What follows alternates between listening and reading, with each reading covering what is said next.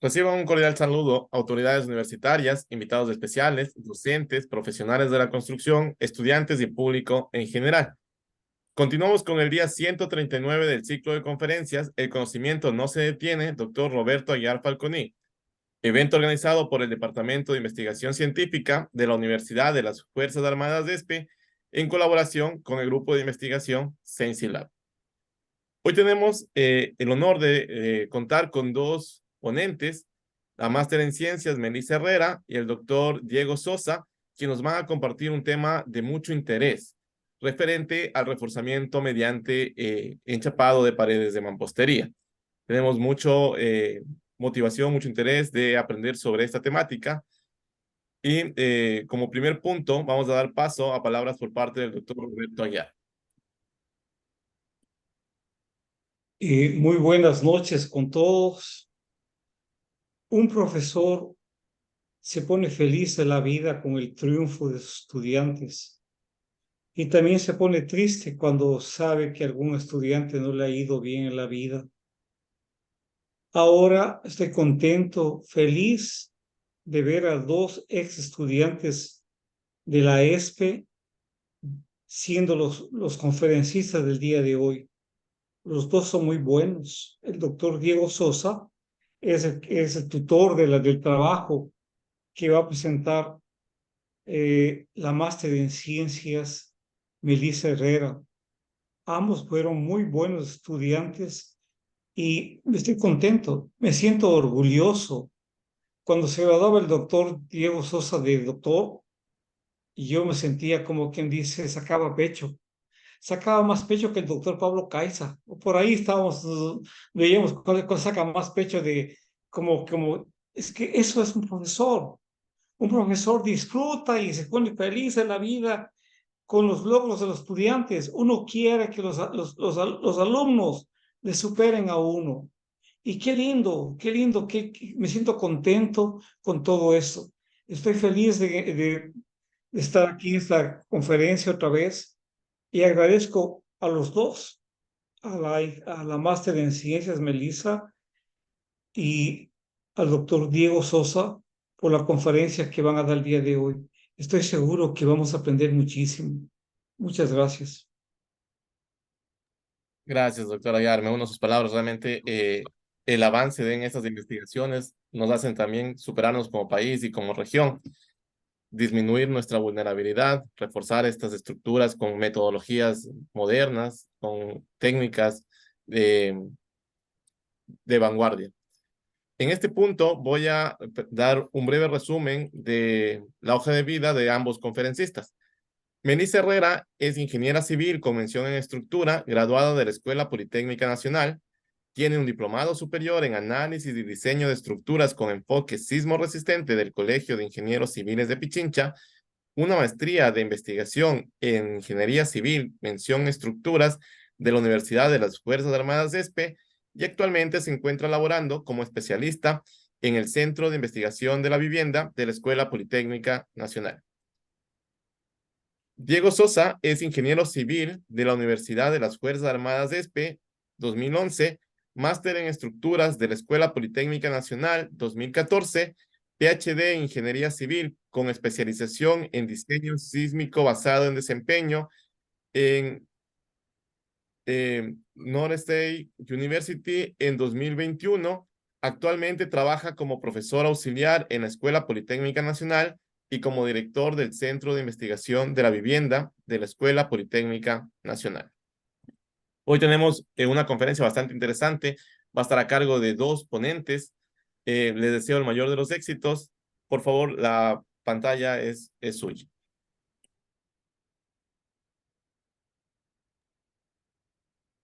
Muchas gracias, Brian. Muchas gracias, doctor, por la invitación. Voy a proceder a compartir la pantalla. Antes de que inicie, Meli, pues de parte nuestra queremos agradecerles por este espacio. Nosotros siempre estamos esperando el correo de Brian o del doctor Aguiar informándonos de las nuevas ponencias y también de las invitaciones, porque pues este trabajo que ustedes están realizando, miren la cantidad de gente que están, que han logrado que se interesen en este tema para que nosotros podamos difundirlo un poquito más. Estamos conectados ya a 53 personas. Eso para nosotros es un gran espacio en el que podemos presentar nuestros resultados, nuestras ideas, iniciar discusiones, intercambiar nuestras experiencias. Así que de parte nuestra les agradecemos muchísimo por el espacio y por la invitación y por siempre la apertura que nos brindan. Ahora sí, Meli, comencemos. Ya.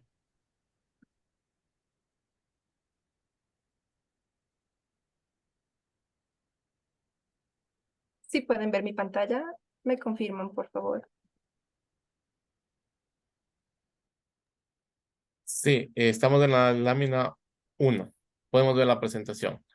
Sí, Sí, un favor, para poder activar la anotación por parte de los demás asistentes, en la parte superior hay unas opciones para compartir. Ahí se despliega una vista hacia abajo.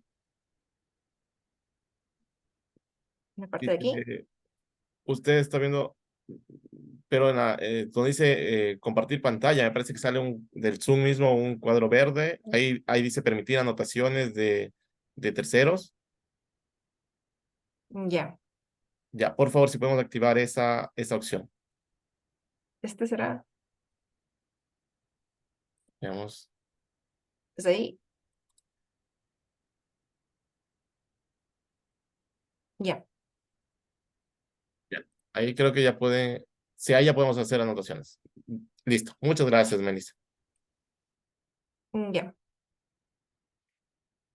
Sí, bueno, buenas noches con todos. De nuevo, agradeciendo la invitación para brindar estas conferencias. El día de hoy queríamos presentarles una investigación que hemos estado realizando en el Centro de Investigación de la Vivienda con el doctor Diego Sosa, el cual es la calibración de modelos de fibras para análisis de estructuras porticadas, reforzadas con paredes de mortero y malla electrosoldada, que en el medio lo conocemos como un sistema de reforzamiento con enchape.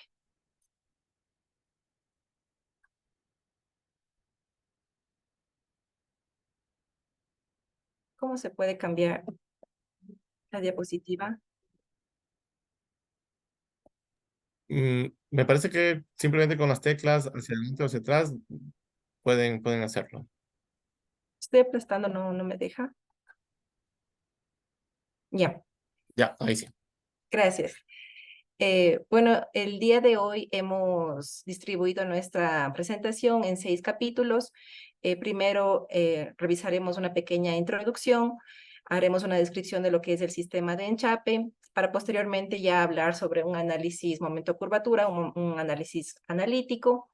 Vamos a revisar lo que son las curvas de capacidad que nosotros obtuvimos en nuestra investigación y también de la calibración de modelos computacionales que realizamos. Finalmente, vamos a indicar unas conclusiones y recomendaciones que obtuvimos en el desarrollo de nuestra investigación.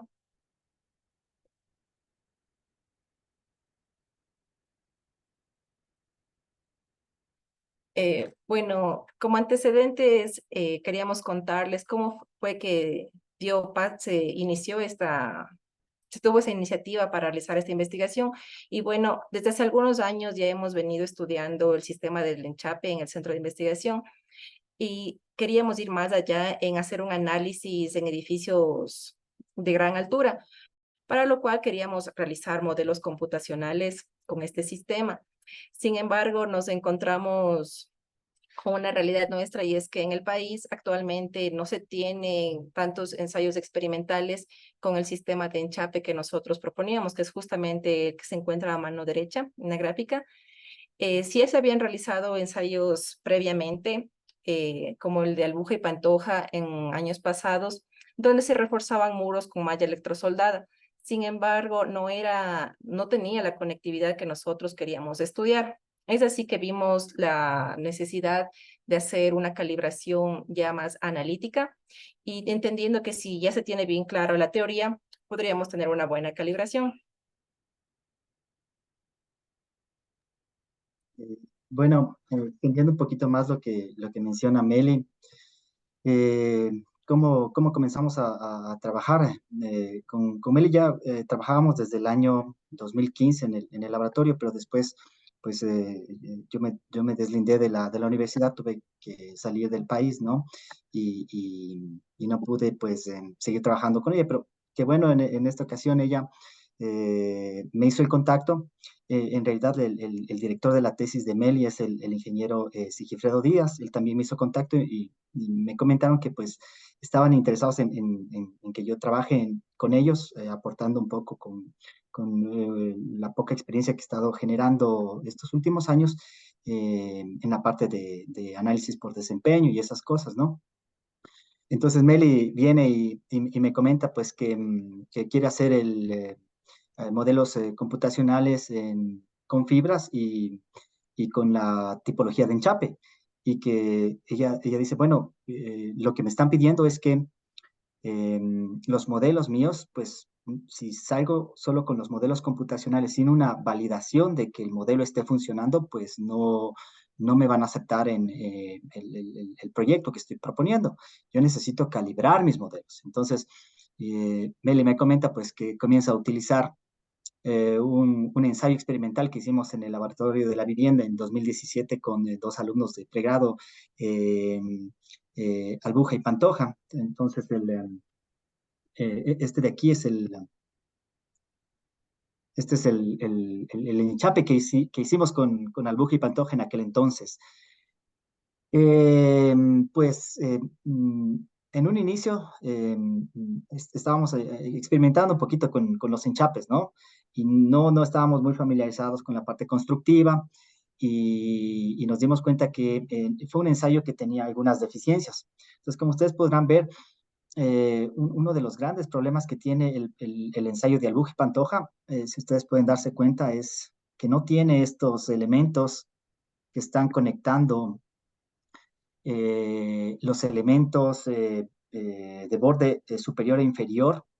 eh, eh, hay estos elementos que están conectando a la malla con los elementos de borde superior e inferior. Eso es como deberíamos nosotros hacer el enchape. Entonces, fíjense que en el caso de Albuja y Pantoja, pues nos olvidamos de poner esos elementos por desconocimiento.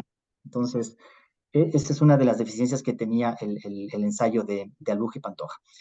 Otra cosa más es que pues hay esta recomendación de tener estas diagonales que también colaboran pues a que se conecte los elementos de borde con el nuevo elemento mortero y malla electrosoldada. Y bueno, lo único que sí atinamos en aquel entonces es poner estos elementos que conectaban a las columnas con con la nueva pared, ¿ya? Entonces, entonces, cuando Meli me comenta que estaba calibrando su modelo con este ensayo experimental, yo dije, Meli, este ensayo experimental tiene errores. No podemos calibrar sus modelos con ese ensayo experimental. Si usted quiere representar el modelo que está acá a la derecha, pues no le va a servir para nada el ensayo experimental que tenemos, porque las condiciones de borde del uno y del otro son totalmente diferentes. Y ahí pues se estancó Meli, porque ¿y ahora cómo calibramos nuestro modelo computacional? El modelo computacional tenía que calibrarse de alguna manera. Así que en ausencia de ensayos experimentales, lo que hicimos con Meli fue proponer mediante un modelo teórico, realizar análisis momento curvatura y cálculos de curvas de capacidad a mano, considerando las propiedades no lineales de los materiales, determinar la curva de capacidad de un muro que tiene propiedades de materiales diferentes en los elementos de borde y en el alma. Entonces, como ustedes podrán ver, pues cuando nosotros enchapamos tenemos unos elementos de borde que son de hormigón armado, de una resistencia al menos superior a los 210 kilogramos centímetro cuadrado, un acero que al menos llega a 4.200 de esfuerzo de fluencia. Y en el caso del alma, son otros materiales, son otros materiales. El hormigón, pues es un hormigón de mortero, baja resistencia, y el enchape es un acero de mayor resistencia, pero es un acero muy frágil, un acero que se rompe o que se fractura a deformaciones muy pequeñas. En realidad, la deformación del enchape a la cual se produce la fractura es la 10ª parte de la deformación a la cual se produce la fractura de los aceros de los elementos de borde. Entonces le digo, Meli, tenemos que realizar una calibración mediante modelos teóricos. Entonces, es lo que vamos a presentar el día de hoy. Vamos a indicar cómo hicimos los modelos teóricos, por qué están funcionando estos modelos teóricos para representar el reforzamiento con enchape. Y bueno, una vez que esos modelos teóricos nos ayudan a calibrar los modelos computacionales, pues ya tenemos la seguridad de que el modelo computacional también está trabajando. Entonces, déjenme borrar mis anotaciones y ahí sí, seguimos. Sí, continuando, para explicar un poco más lo que es el enchape, bueno, podemos decir que este es un sistema estructural y de reforzamiento, el cual consiste en, nosotros, bueno, aquí podemos ver una imagen de un pórtico con un panel de relleno, con la mampostería. La idea de este sistema estructural o de reforzamiento es recubrir a esta mampostería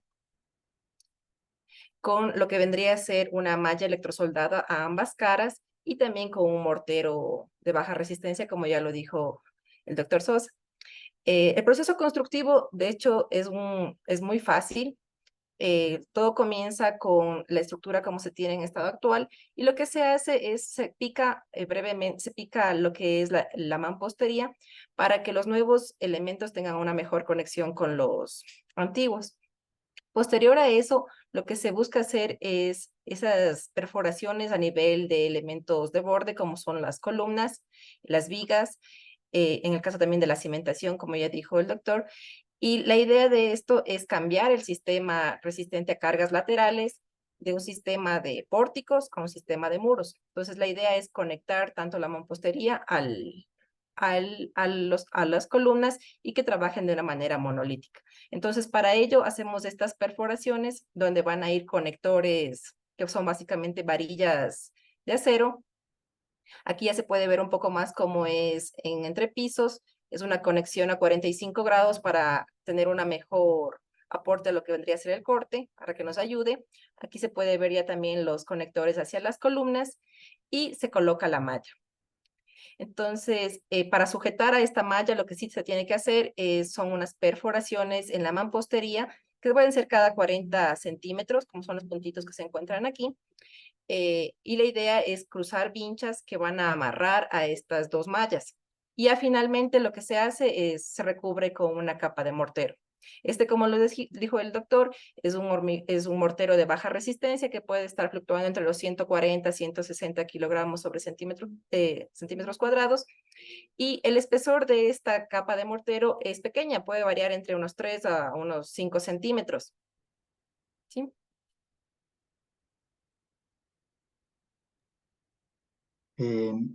Bueno, aquí podemos ver también pues el detalle este de estas X interesantes que se colocan aquí, ¿no es cierto? Entonces tenemos que entender cómo está funcionando la malla de mortero. ¿Qué es lo que la malla de mortero va a producir en mi nuevo elemento? La malla de mortero, perdón, la malla de mortero, la malla electrosoldada. Tenemos unos aceros que son transversales y otros aceros que son longitudinales. Entonces tenemos que entender bien cuál es la función de cada uno de esos aceros para representar eso en el modelo. No es tan sencillo como metemos los datos y salen los resultados bien, ¿no? Tenemos que entender bien eso. Entonces, aquí fijémonos bien en que estos aceros longitudinales, estos aceros, perdón, transversales, que estamos viendo aquí, que los voy a pintar por acá, ¿ya? Esos aceros transversales, pues lo que nos van a producir es, nos van a dar resistencia acortante, ¿ya? Eso es como el refuerzo transversal que nosotros ponemos en los muros, que están conectados de lado a lado, y eso nos da a nosotros resistencia acortante. Eso es súper importante porque al el momento que que ya se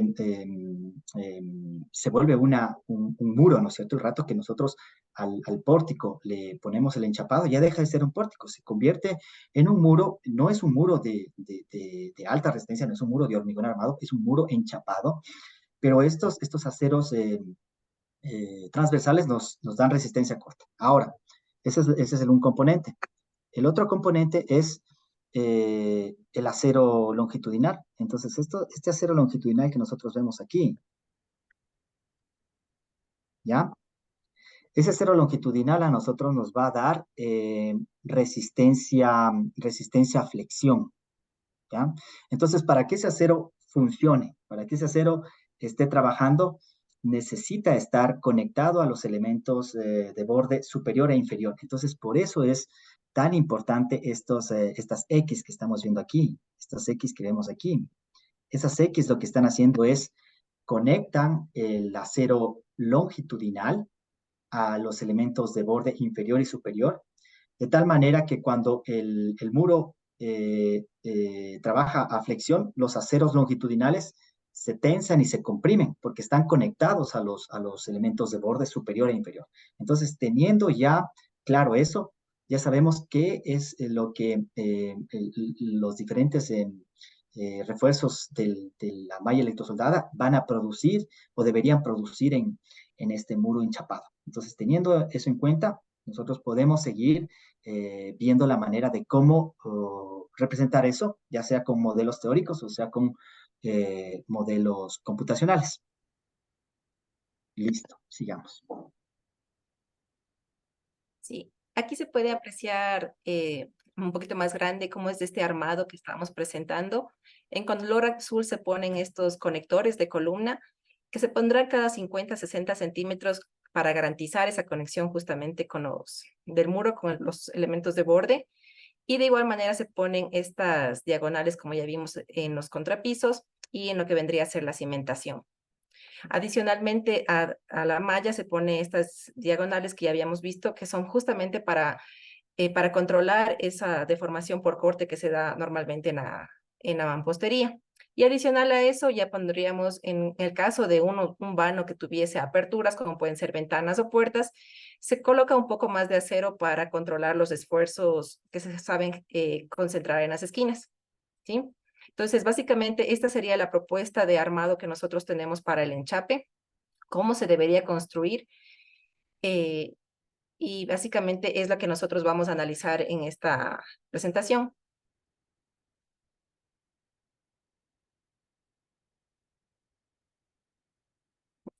Yeah. Siguiendo con esto, como ya vimos, el hecho de que no teníamos experimentalmente con el armado que nosotros requeríamos, vimos la forma de hacer un estudio analítico mediante el análisis momento-curvatura. Este es un análisis incremental que satisface la compatibilidad de deformaciones, así como las relaciones de esfuerzo de formación de los materiales en busca de un equilibrio. Básicamente, el procedimiento que este sigue es bueno, partimos de una sección transversal. En este caso podemos ver nuestra sección compuesta por los elementos de borde y el elemento enchapado. Posterior, una vez que se tiene la sección transversal, se deben definir los materiales constitutivos.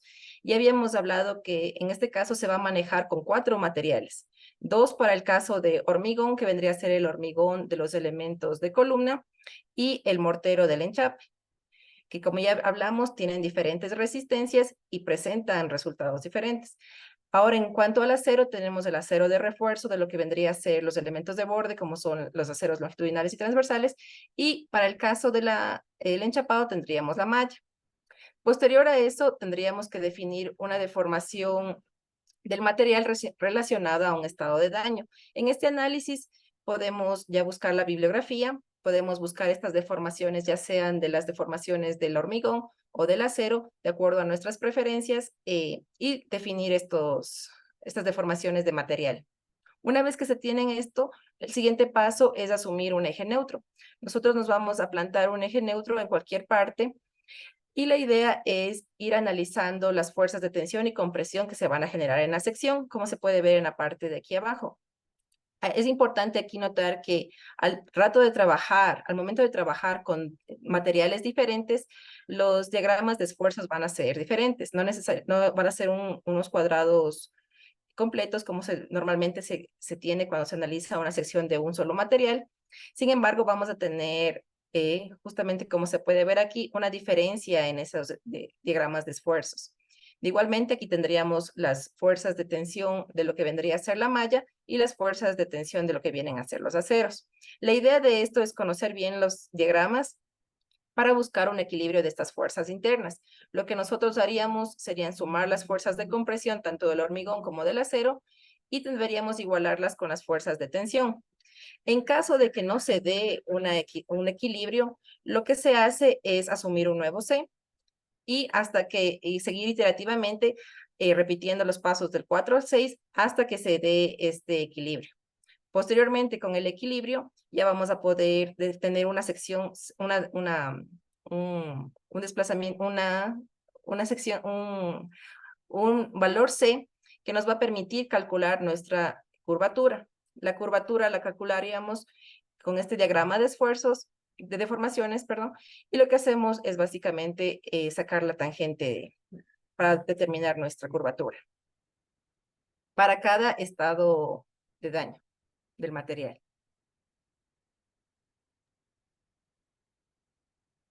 Como dato interesante, la primera vez que yo leí sobre el análisis momento-curvatura y el procedimiento fue en un folleto, no sé, creo que era un libro, no recuerdo el título del libro, pero era un libro del doctor Aguiar.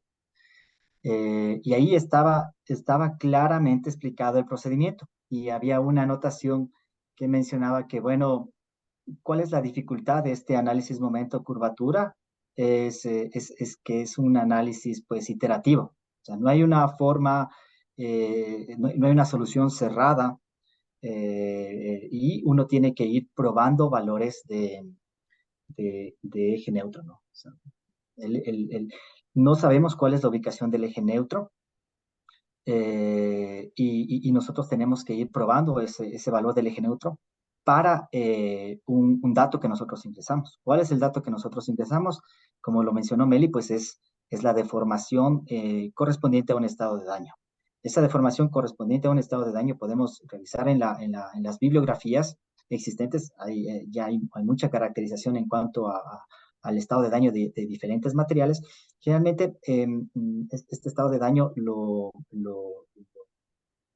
está atado ya sea a la deformación del concreto o a la deformación del acero, ¿ya? Entonces, dependiendo del armado, dependiendo de las propiedades, dependiendo de la sección, uno de los dos va a fallar antes, ya sea el concreto o ya sea el acero.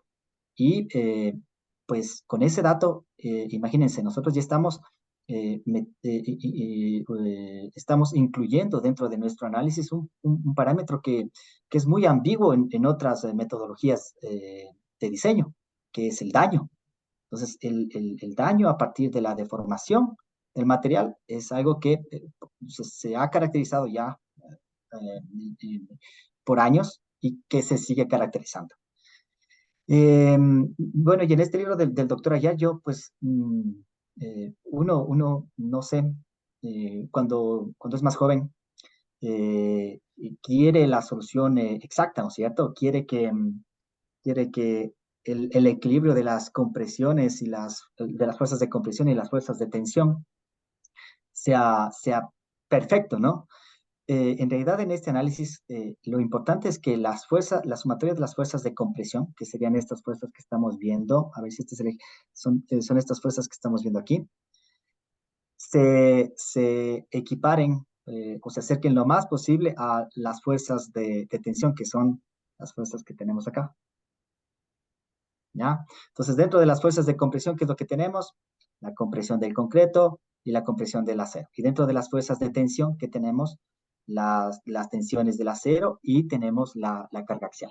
¿Ya? El momento en que ustedes encuentren el equilibrio de esas dos, lo más cercano, no tiene que ser perfecta el equilibrio, pero tiene que ser lo suficientemente cercano, pues ustedes han encontrado el eje neutro eh, de la distribución de deformaciones. ¿Y qué pasa cuando encontramos el eje neutro de una distribución de deformaciones?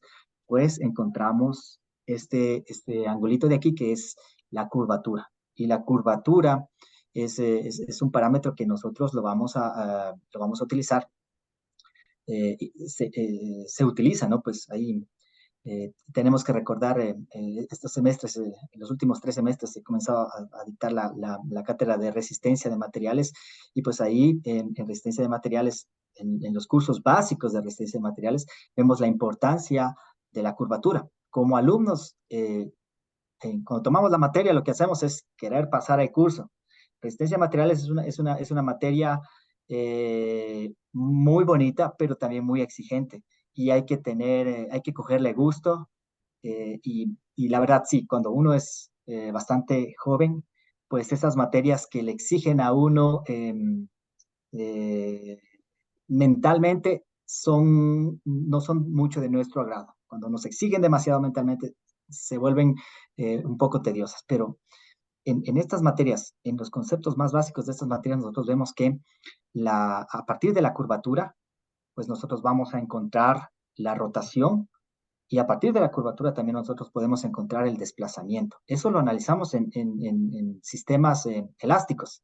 Ahora, el problema ya en análisis sísmico es que esta curvatura ya deja de ser elástica y se vuelve un problema inelástico. Tenemos una curvatura que ya no tiene una distribución lineal, sino que tiene una distribución ya no lineal. Pero es tan sencillo como eso. Me acuerdo que con Meli le digo, bueno, tenemos que hacer el análisis momento-curvatura. Y Meli como que titubeó y dijo, bueno, ¿y eso cómo se hace? Pero es eso, ¿no? El alumno tiene que ser sincero y decir, explíqueme, yo aprendo.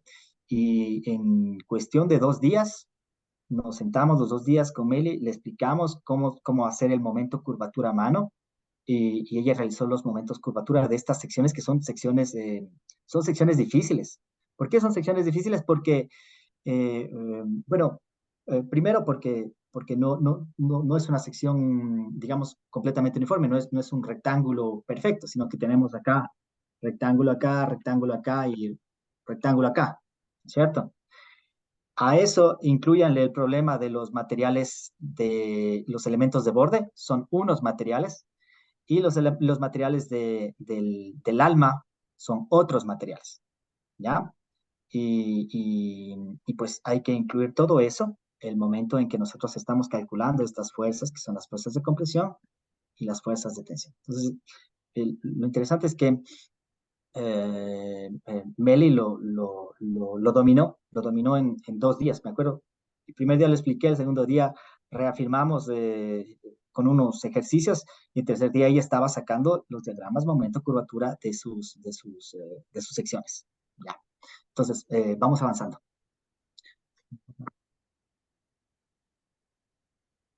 Eh, sí, siguiendo con el análisis momento-curvatura, bueno, primero vimos que era importante definir la sección transversal.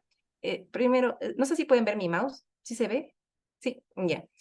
Entonces, como ya habíamos visto, este era nuestro muro enchapado, que si vemos la sección justamente transversal, está compuesta por las columnas de borde.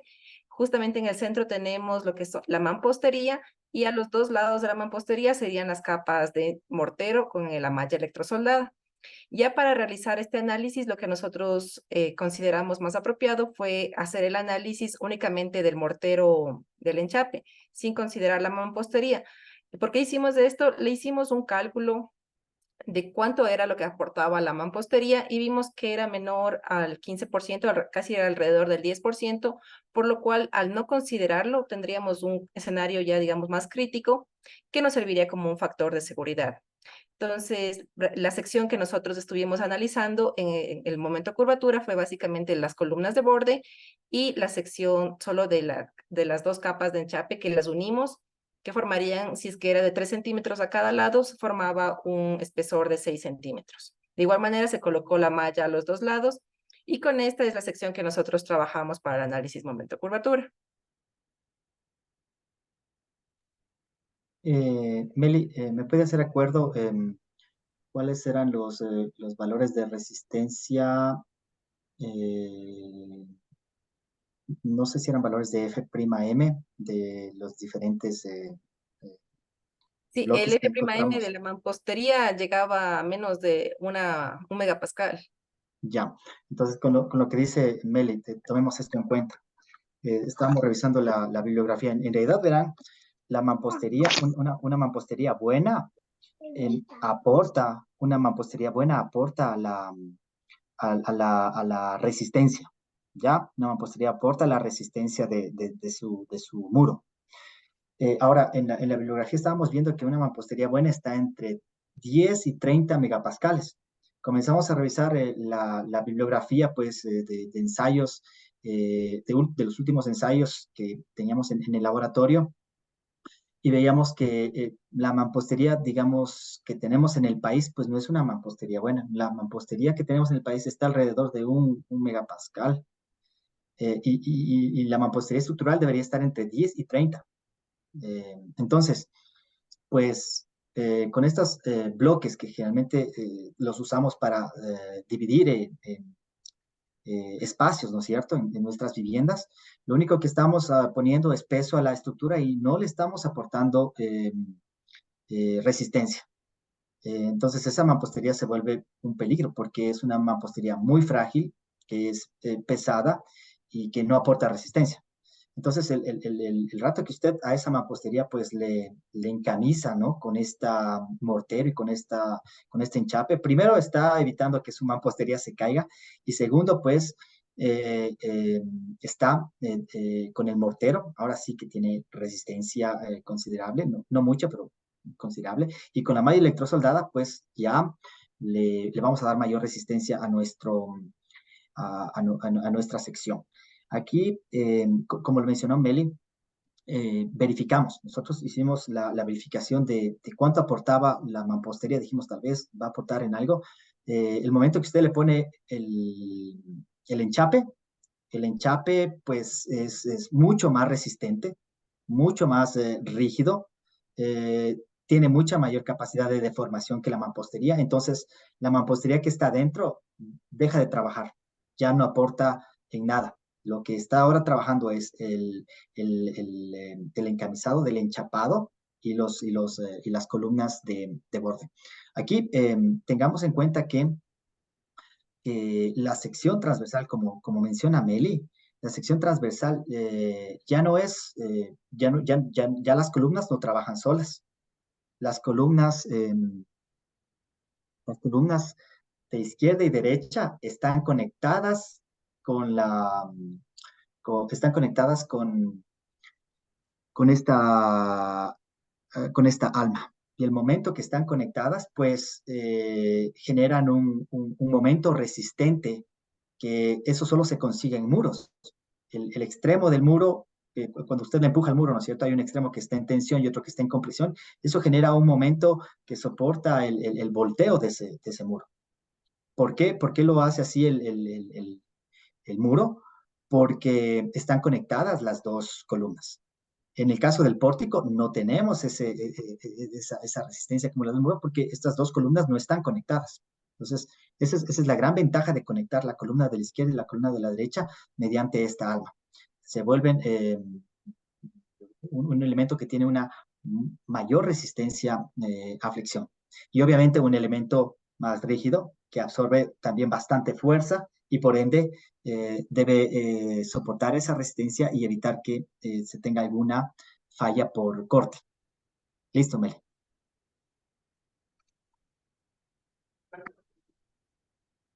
Bien.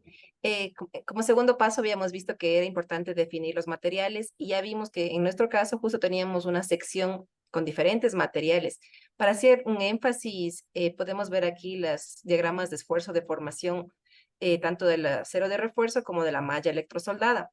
Si bien se puede ver que en cuanto a resistencia no es mucha la variación que ambos presentan, se puede ver que en la deformación última sí hay una gran diferencia. Como justo dijo el doctor, en el caso de la malla electrosoldada tenemos un material más frágil que falla mucho antes, ¿no? Casi 10 veces antes que lo que falla el acero de refuerzo. Entonces, es importante caracterizar esta diferencia que estamos teniendo. Y ahora, si es que en cambio vemos el hormigón, ya vimos que para el caso de los elementos de borde, como eran las columnas, normalmente se está teniendo un hormigón de 210, 240, mientras que para el caso del enchape, lo que se está manejando es un mortero que, como les mencioné, tendría una resistencia a la compresión de entre 140 a 160. Entonces, existe esa diferencia y es la que nos hace hacer este modelo considerando, claramente, definiendo bien estos materiales, estos 4 materiales. Bien. Entonces, una vez que seguimos el procedimiento que hemos mostrado, podemos definir aquí ya nuestro diagrama momento-curvatura, el cual lo hicimos considerando 5 escenarios de deformación. En este caso, consideramos la deformación del acero en sus diferentes estados límites. Consideramos el estado límite de fluencia que conocemos, que tiene una deformación unitaria de 0.202. También analizamos un límite de serviciabilidad y un límite de control de daño. Adicional a estos 3 estados límites, colocamos más bien escenarios intermedios para ver cuál era el comportamiento entre estos estados límites. Y es así que pudimos definir esta curva momento-curvatura. Y aquí se pueden ver en el estado de fluencia, el estado de serviciabilidad y el estado de control de daño con sus puntos intermedios que son importantes al momento de ya armar este diagrama, porque caso contrario se podría ver cómo cambiaría la forma de nuestra curvatura, de nuestro diagrama momento-curvatura. ¿Sí? Aquí, por ejemplo, hagamos un poquito de énfasis. Yo, por ejemplo, diagramas momento de curvatura a mano, no es que me gusta hacer, pero hay veces que nos toca. Por ejemplo, hay herramientas computacionales que tal vez ya manejamos. Por ejemplo, yo sé utilizar pues este programa desarrollado por el profesor Presley, bueno, es el profesor Montejo, que desarrolla un programa que se llama Cumbia, que hace análisis momento curvatura y curvas de capacidad, de chequeo de estados límites, pero principalmente lo utilizo para sacar diagramas momento curvatura de algunas secciones, pero son secciones típicas, por ejemplo, secciones rectangulares, secciones circulares, muros de espesor constante y de materiales uniformes en toda la sección transversal. Pero, por ejemplo, yo no podía utilizar ese programa que yo estaba familiarizado y lo uso a menudo. No podía utilizarlo porque ese programa no podía resolver el problema que teníamos con Meli, que eran elementos de borde con unos materiales y el alma con otros materiales. Y encima más, tenemos los elementos de borde tienen una sección, el alma tiene otro espesor, entonces eso no lo podíamos resolver en el programa Cumbia. Me parece que no lo he probado, pero estoy casi seguro que en ETABS, en SAP, también se puede ingresar esta sección, estos materiales, y sacar los diagramas momento curvatura. Sin embargo, cuando hay esta incertidumbre de, bueno, el programa, primero, estaré ingresando bien los datos en el programa me estará botando bien los datos, lo mejor es hacer un cálculo a mano. Me acuerdo que Meli tiene unas hojitas de Excel en donde ella va probando el valor del eje neutro para estos diferentes deformaciones de daño. Entonces, encuentra el eje neutro que nos produce el equilibrio para la deformación de la cera de 0.202. Encontramos ese punto. Encuentra el eje neutro, y una vez que encontramos el eje neutro, pues ya sabemos cuál es la curvatura, ¿no es cierto? Ya tenemos la deformación y el eje neutro, pues por relación de triángulos, nosotros encontramos la curvatura. Acá encontramos ese otro punto, para eso identificamos una deformación correspondiente a un estado de daño, en este caso servicialidad, y ubicamos iterativamente cuál es el valor del eje neutro. De igual forma, para control de daño y para, como dice Meli, para suavizar esta curva, pues encontramos unos valores intermedios. Encontramos este valor y este valor. ¿Ya? Y con eso nosotros podemos trazar el diagrama momento-curvatura. Y si ya podemos hacer esto a mano, que yo lo recomiendo, es un poquito tedioso, pero una vez que uno ya se familiariza, uno se da cuenta que puede resolver todo a mano. ¿Ya? Entonces, una vez que usted ya tiene este cálculo a mano, pues vea y pruebe qué está obteniendo en sus otros programas. Vea si está ingresando bien los datos. No podemos entrar a ciegas a ingresar datos y sacar resultados de programas computacionales, especialmente cuando estamos haciendo análisis no lineal. Listo, Meli. Yeah. Y bueno, una vez que ya se tiene el diagrama momento-curvatura, el siguiente paso es determinar nuestras curvas de capacidad. Para ello existen varios modelos. El que nosotros hemos utilizado es el modelo de la rótula plástica de Presley, que básicamente contempla un muro que tiene una fuerza en la parte superior, se conocen sus momentos, ya vimos que se puede conocer su curvatura. Este es el perfil de la curvatura, donde se tiene una curvatura última, que la podemos simplificar en una curvatura elástica y en una curvatura plástica. Podemos ver también la concentración de plasticidad en la parte inferior del muro, y si ya seguimos un poco más aplicando los teoremas de Moore, podemos determinar nuestras rotaciones y finalmente nuestros desplazamientos. Entonces, aquí hemos colocado cuáles son las ecuaciones que presenta el modelo de Presley para determinar la longitud de la rótula plástica, y ya más abajo, con la segunda teorema de Moore, podemos determinar estos desplazamientos.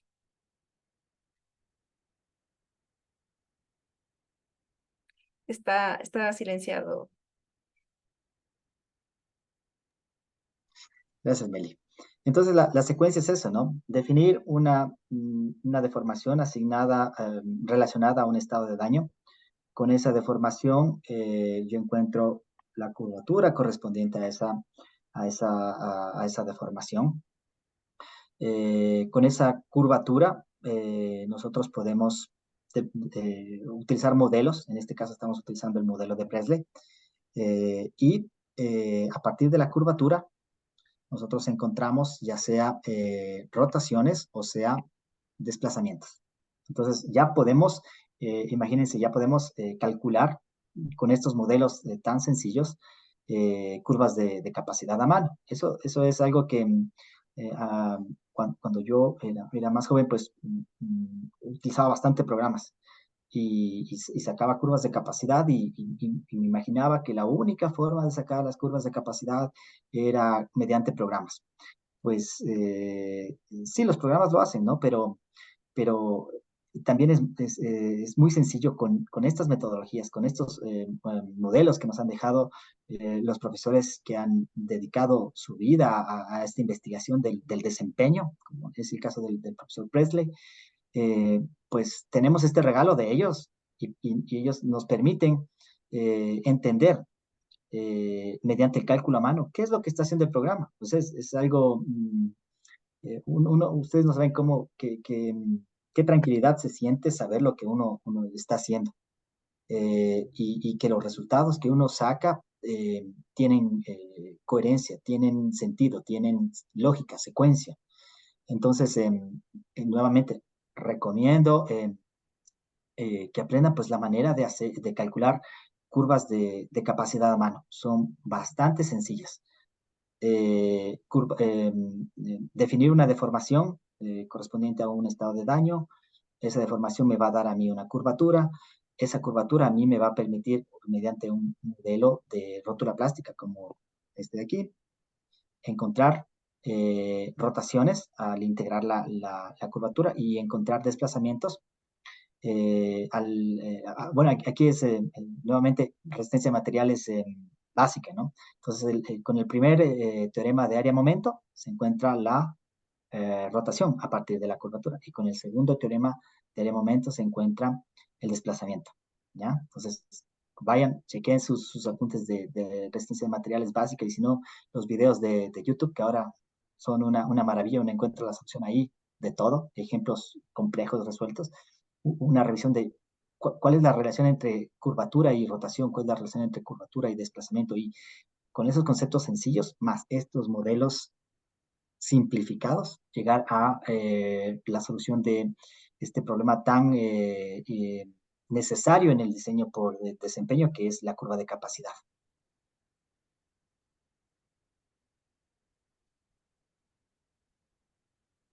Sí, justo para nuestra investigación, después de haber visto el análisis momento-curvatura y de ver este modelo de la rótula plástica, bueno, quisimos ir un poco más allá y analizar estas curvas de capacidad en 3 muros diferentes. Los muros los hicimos que tengan una relación de aspecto de 1, 2 y 3, y bueno, con todos los procedimientos que ya hemos indicado, pudimos obtener nuestras curvas de capacidad. La primera curva que nosotros podemos visualizar aquí es justamente del muro, que se podría considerar como un muro bajo, y se ve que tiene una mayor resistencia y rigidez en comparación a los otros muros. Si seguimos con el siguiente muro, este ya es un poco más alto, que puede estar entre un muro intermedio, y ya tiene una menor resistencia y menor rigidez. De igual manera, si es que se analiza con una relación de aspecto de 3. De igual manera, pudimos conocer los puntos para los diferentes estados límites, como eran de fluencia, serviciabilidad y control de daño, más los puntos adicionales. Aquí, por ejemplo, es interesante analizar, como menciona Meli, pues el diferente comportamiento que se tiene en función de la relación de aspecto. Y bueno, pues se encuentran resultados esperados, ¿no? Muros cortos son muy rígidos, muy resistentes, pero que el desplazamiento es bastante limitado.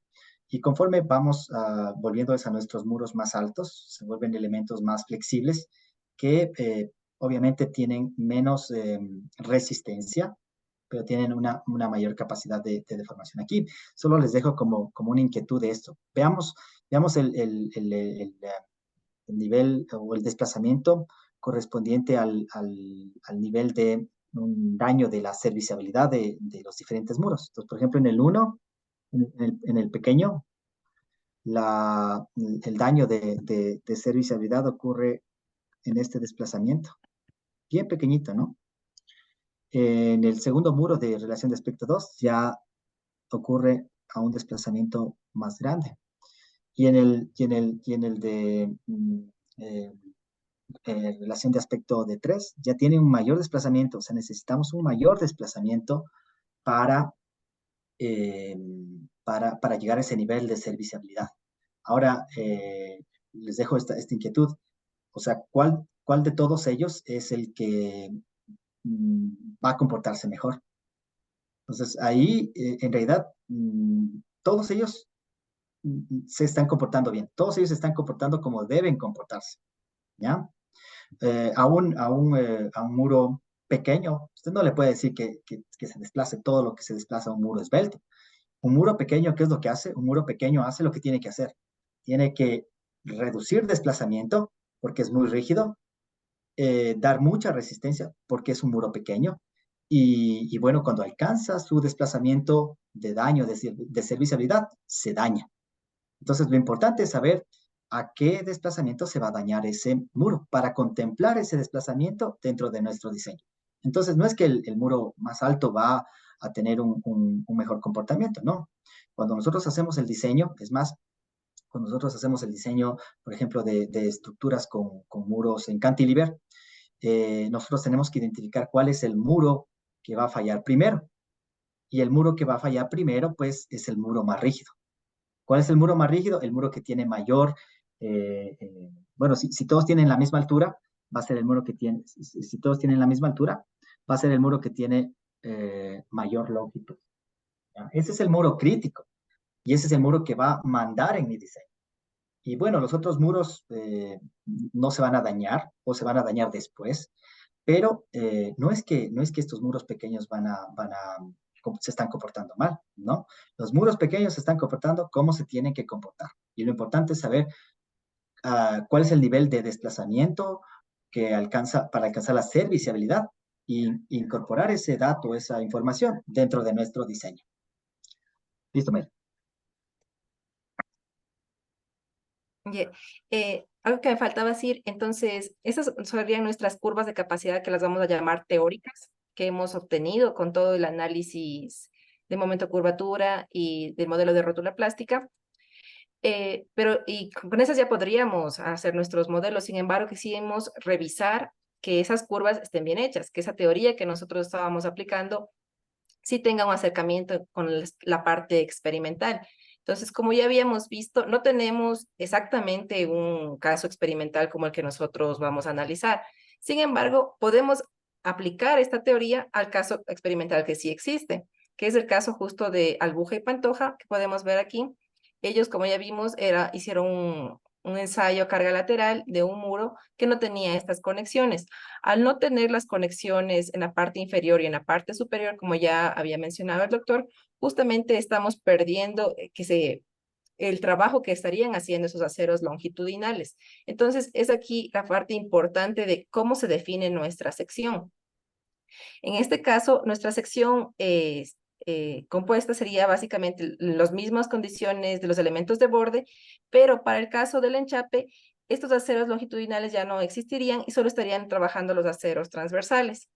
Si es que ya le hacemos la sección equivalente, de nuevo, no se tienen estos aceros longitudinales de la malla. Al hacer con esta sección el análisis momento curvatura y el modelo de la rótula plástica, logramos obtener esta curva de capacidad, y podemos compararla con la curva experimental que tuvieron Albuja y Pantoja, y se puede ver que pasando el nivel de serviciabilidad hasta un poco más allá, se tiene una gran aproximación. Ya un poquito más allá en lo que es control de daño, ya por motivos de ensayo, bueno, existe una pequeña diferencia. Sin embargo, el acercamiento que se tiene hasta estos puntos es muy bueno, por lo cual podemos decir que nuestra teoría cumple esas expectativas, ¿no? Estamos calibrando bien esos modelos. Okay. Desarrollando justo esta idea que nos presenta Meli, pues en realidad nuevamente el ensayo experimental que se hizo con Albuja y Pantoja, pues no es que estaba mal, sino que tenía otras condiciones. Y el momento en que nosotros entendemos bien qué está sucediendo en el ensayo y incorporamos esas condiciones en nuestros modelos, que pueden ser estos cálculos a mano, como también pueden ser los modelos computacionales, pues la respuesta comparado con lo experimental se puede verificar. Como lo dijo Meli, pues si no tenemos estas X, ¿no? Si no tenemos las X aquí que están conectando el acero longitudinal, pues bueno, el acero longitudinal que tenemos aquí está subutilizado porque no está trabajando, ¿no es cierto? Tenemos todito ese acero, nos gastamos ese acero ahí y no está trabajando ese acero.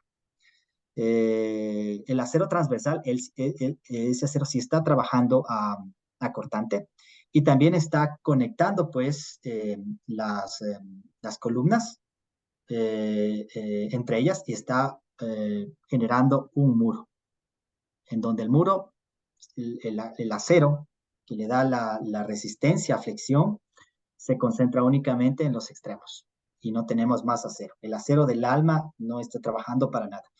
Cuando ya nos damos cuenta de eso, tanto por la experimentación como por el análisis que hacemos, incorporamos eso en nuestra propuesta, ¿no? Pues hacemos el momento curvatura de la sección real que está trabajando, es decir, acero solo en las columnas y en el alma nada. Las propiedades del hormigón, las de las columnas y la del alma. Aplicamos momento curvatura, con el momento curvatura trazamos curvas de capacidad y pues los resultados es algo esperado, ¿no? Pues que si yo confío en lo que estoy haciendo, si yo entiendo en lo que estoy haciendo, pues tiene que salirme lo que se obtiene experimentalmente. Que bueno, como dijo Meli, a niveles de serviciabilidad tenemos buenos valores. En el punto intermedio entre serviciabilidad y control de daño tenemos igual un buen valor, pero aquí ya vemos que existe una variación, ¿no? Nuestro modelo sigue creciendo, mientras que el modelo del ensayo experimental de Albuja y Pantoja comienza a dañarse. Entonces aquí llega a un punto en donde nosotros tenemos que entender qué sucedió ahí. Estamos revisando un poquito la tesis de ellos, y ellos mencionan que existe un poco de falla ya del muro fuera del plano, un poco de torsión. Entonces hay algunos fenómenos que ya se salen de lo que puede realizarse en el modelo analítico y también de lo que puede hacerse en el modelo computacional. Entonces nosotros ya, bueno, al menos sabemos que hasta un desplazamiento de esa cantidad, estamos seguros de que el modelo está trabajando bien. Hay que hacer más ensayos ya a niveles de formación mayores, en donde se estudie, eso ya son estudios a futuro, ¿no? En donde se estudie la integridad del enchape. ¿Qué pasa cuando ya la integridad del enchape se ha perdido? ¿Cuándo se pierde la integridad del enchape? Generalmente después de los ensayos, yo recuerdo que pues la malla está como suelta, ¿no? Pero no es que se ve una falla en la malla, sino que más bien, o al menos en este ensayo de Albuja y Pantoja, que creo que es el único que tenemos disponible, tenemos que hacer más ensayos. La malla se mantuvo como intacta y lo que se ve es que hay un aplastamiento y una falla del mortero y que hace que ya se desconecte la malla de los elementos de borde. ¿Ya? Entonces, hay que a futuro estudiar este punto donde ya la integridad del alma se ha perdido y eso ya incorporarlo en los nuevos modelos. Pero por el momento, hasta este desplazamiento en donde la integridad del mortero todavía permite conectar a los elementos de borde y nos permite tener esta sección. Acuérdense, esta sección que hemos puesto aquí es cierta, es válida, funciona mientras la integridad del mortero no se ha perdido. La integridad del enchape no se ha perdido. La integridad del alma no se ha perdido.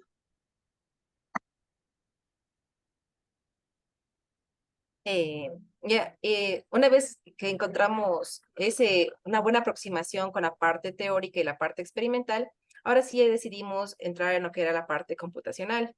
Para ello, lo que nosotros utilizamos, el software que utilizamos era el Seismostruct, que es un paquete computacional de elementos finitos, donde se estudia por fibras. Lo que se hace aquí es analizar los elementos mediante la integración de secciones y para cada material se hace un análisis por separado, no como para el hormigón no confinado, el hormigón confinado y el acero. Aquí se puede ver más o menos la discretización que se hace a nivel de sección, tanto para lo que vendrían a ser los elementos de borde como para los elementos de columna. En sí, el Seismostruct lo que tiene son elementos tipo frame, tanto para muros como para columnas, y que tienen conexión, más bien que tienen conexión en la parte de los nudos en sus extremos. Estos se conectan por brazos rígidos en la parte superior para garantizar justo la unión de todos los elementos. Entonces, este es el modelo computacional que nosotros estábamos utilizando con el programa Seismostruct. Y bueno, este modelo es el que el programa nos da por default. El programa sí permite ingresar en secciones de muros especiales, pero tiene nuevamente limitaciones. El programa sí nos permite ingresar, por ejemplo, una sección con los elementos de borde y el alma. Pero el problema es que no nos permite tener materiales diferentes entre el alma y y los elementos de borde.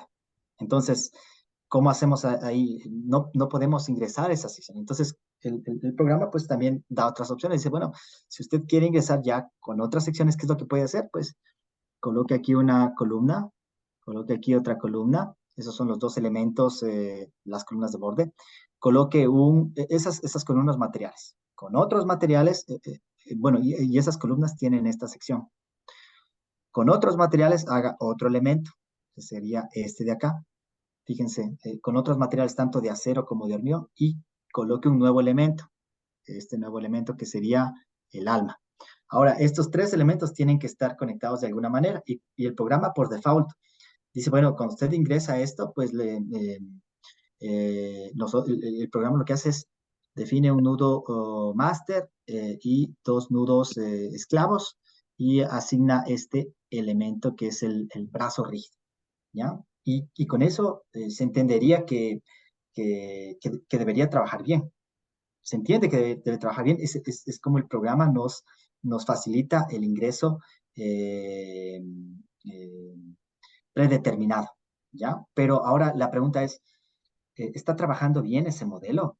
¿Estamos seguros de ese modelo? ¿Cómo sabemos que esas respuestas que vamos a tener a partir de estos modelos son correctas? Ustedes verán, yo antes a los modelos de fibra les tenía bastante confianza, o sea, decía, no, pues esto es lo último, no hay nada mejor que el modelo de fibras, y revisando ya con detalle las limitaciones, pues hay que entender cómo funciona cada uno de los elementos. Hay elementos, eh, hay elementos que nos predicen mejor la resistencia, y hay elementos que nos predicen mejor los desplazamientos, ¿ya? Entonces, hay limitaciones en estos programas y hay que conocer esas limitaciones y poco a poco eh, eh, dejar de utilizar el programa a ciegas, siempre tratar de ver la manera de calibrar modelos sencillos. Por ejemplo, no es que voy a calibrar todo un edificio, pero yo tengo la capacidad de al menos calibrar un muro a mano, un muro con el programa y entender bien qué sucede. Ah, ya, una vez que ya entiendo cómo está funcionando ese muro individual, pues me lanzo a hacer un edificio con varios muros. Y de esa manera tengo la seguridad de que pues lo que estoy ingresando no está tan mal, ¿ya? Justamente este es el modelo que hicimos y estos fueron los resultados que tuvimos para las diferentes relaciones de aspecto. Las gráficas en color negro son las curvas de capacidad teóricas que determinamos ya con el análisis momento-curvatura, mientras que las curvas en color plomo o grises son las curvas que obtuvimos con este modelo computacional.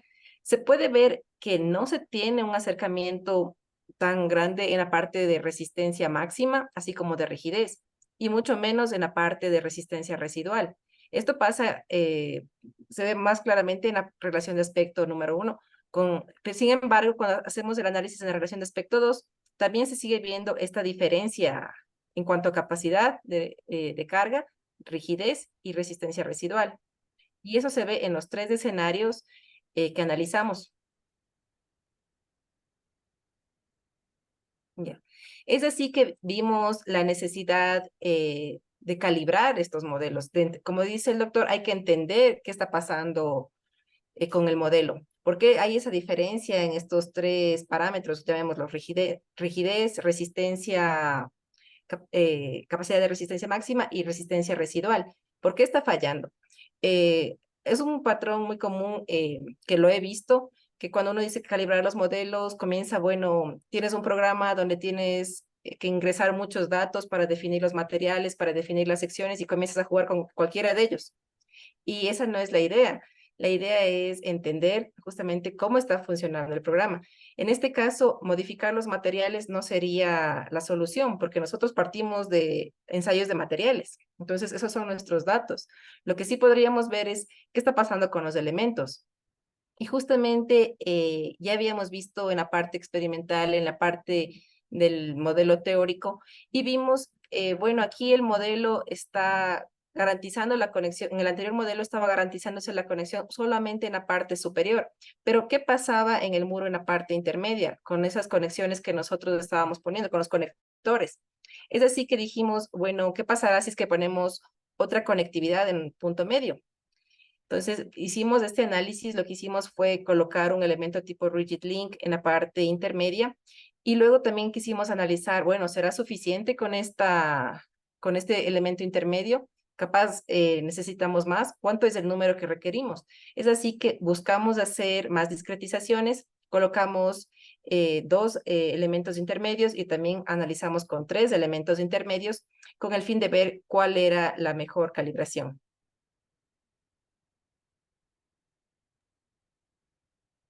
Bueno, estas ideas de los brazos rígidos eh, vienen de los cursos básicos de análisis matricial. yo he tenido la suerte de tener excelentes profesores en análisis matricial. El doctor Aguiar, pues mi primer profesor de análisis matricial en pregrado, el ingeniero Sigifredo Díaz, mi profesor de análisis matricial posgrado, pues ellos hablaban de estas condiciones, ¿no? Brazos rígidos, zonas rígidas. Y ese momento, como alumno, uno escuchaba esos términos y decía, uy, esto se complicó. La verdad son condiciones de borde que nosotros debemos entenderlas bien, cómo funcionan, cómo utilizarlas y bueno, toma su tiempo, cogerle el gusto, estar probando modelos, estar entendiendo cómo funcionan estos elementos y bueno, ¿y cómo surgió esta idea? Esta idea, pues, me acuerdo que ya veníamos haciendo algunos ensayos de muros en el Centro de Investigación de la Vivienda, cuando yo era estudiante incluso. Unos compañeros míos de la maestría ensayaban unos muros que tenían eh, columnas de acero y el alma era de hormigón.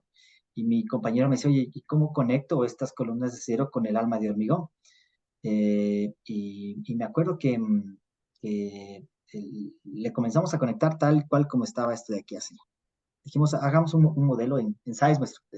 Desde aquel entonces ya metidos en el SeisMestruct, segurito el SeisMestruct nos salva la vida, segurito el SeisMestruct nos arregla el problema. Y pues le modelamos así, solo con un elemento conectando en la parte de arriba y pues la predicción no fue tan buena. Algo se parecía, pero no era tan buena. Decimos, algo falta. ¿Qué era lo que faltaba? Faltaba rigidez. No sé si podemos ir una atrás, Meli. Entonces, analizando qué es lo que falta, una atrás. Vale. Ay, es que se está Se está yendo hacia adelante. Esa, ahí, una adelante. una adelante. Ahí, ya. Entonces, en todas estas se ve un patrón. Algo está pasando. ¿Cuál es el patrón? Pues, por ejemplo, me parece que la del medio es la más sencilla de ver. Primero, la rigidez.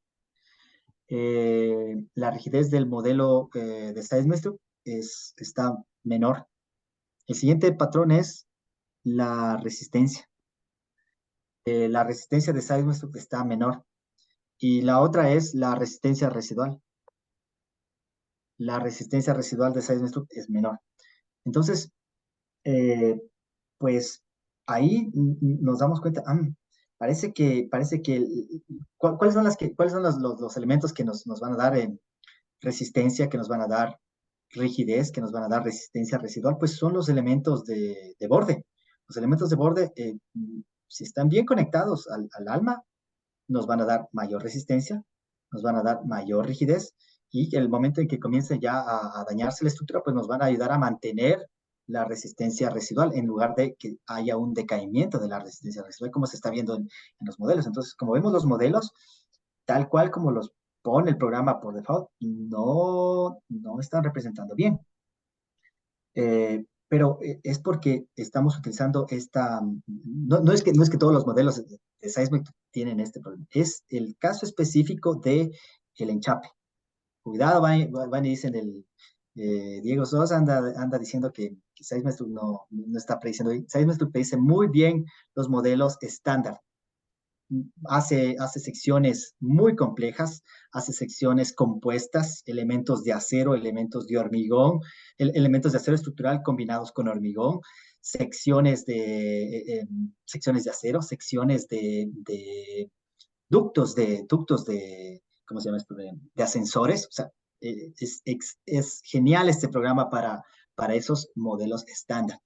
Pero ¿qué pasa cuando tenemos un caso que no está, que el programa no está listo para predecir, como es el caso del enchape? Estamos hablando aquí específicamente del caso del enchape. Cuidado, malinterpretan mis palabras.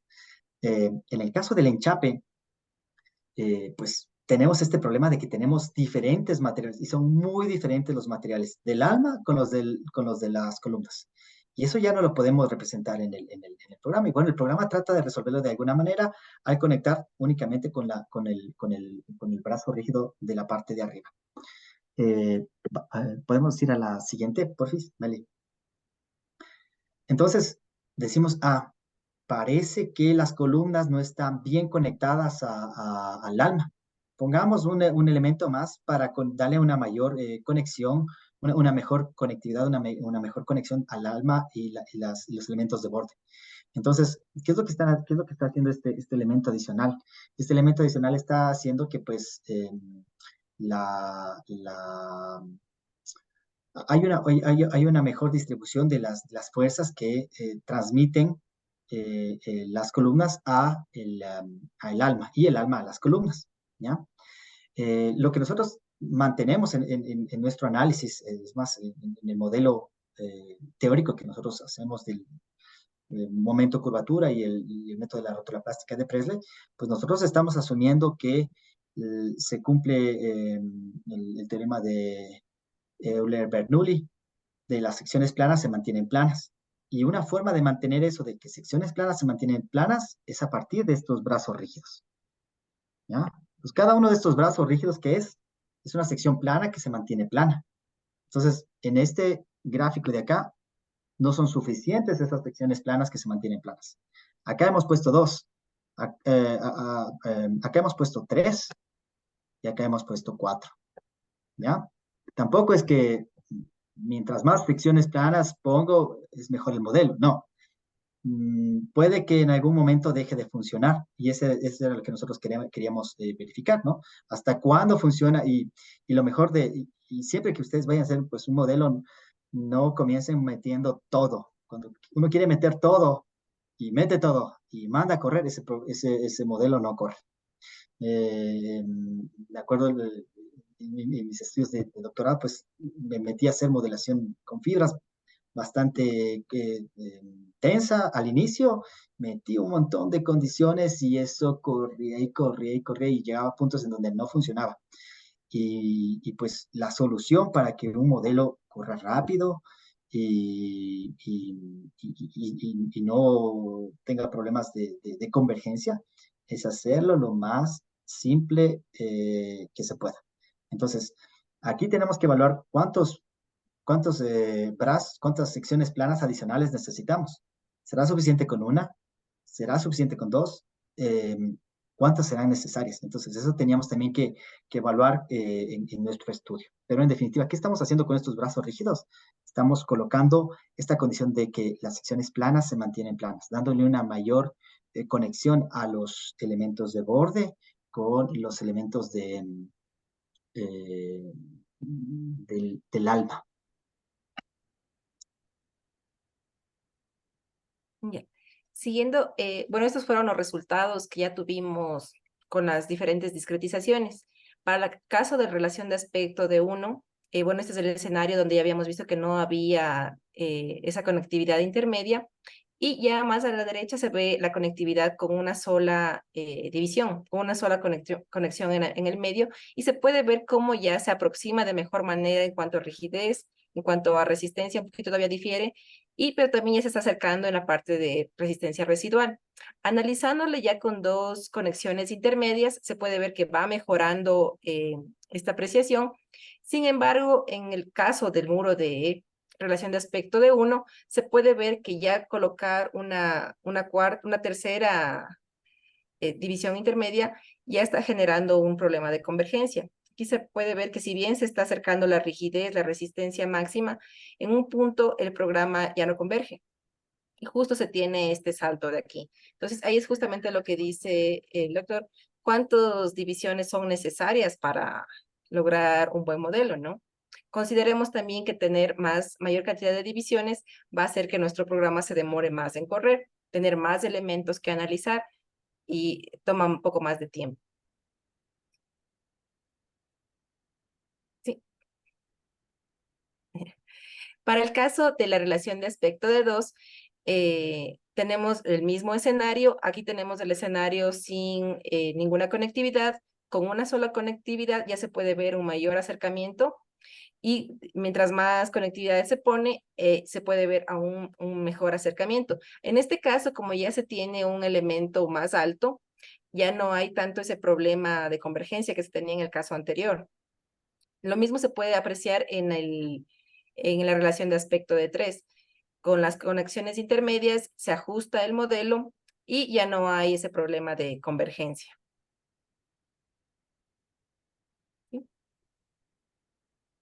Ya hablando cuantitativamente, bueno, aquí podemos comparar los muros tanto de relación de aspecto de 1 como relación de aspecto de 3, y podemos ver que la comparación con nuestras curvas de capacidad calculadas a mano, se tiene, por ejemplo, en lo que es la capacidad máxima, que vendría a ser el punto de acá. En el caso de la relación de aspecto de 1, se tiene un error del 21% cuando no se considera esta conexión intermedia.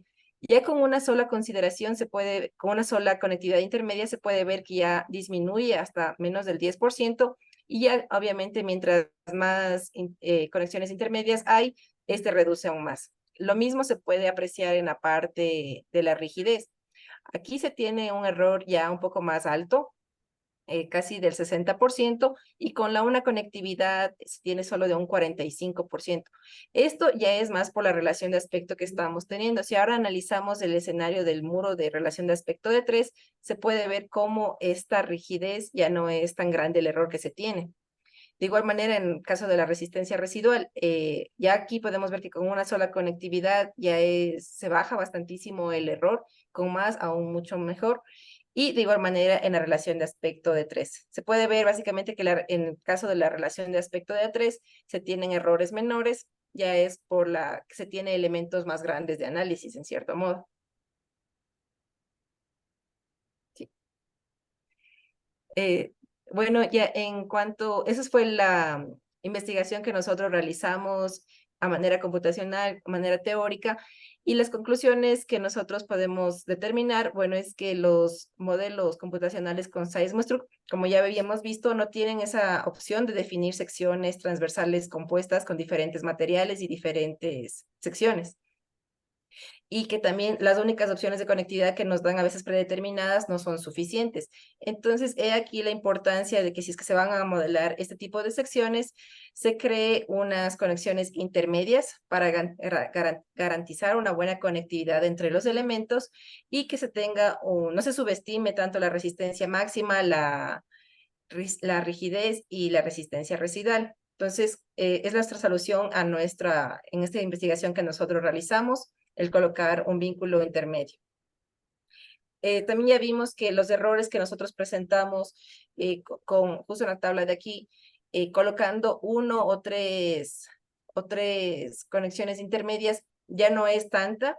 Se puede ver que sí se disminuye con una sola discretización. Podemos tomarle ese como un buen parámetro, porque como ya hablamos, mientras más discretizaciones se tenga, más se van a demorar los programas, se va a tener que analizar más elementos, y se puede, en cierto modo, en algunos escenarios, como por ejemplo la relación de aspecto de 1, se pueden tener problemas de convergencia.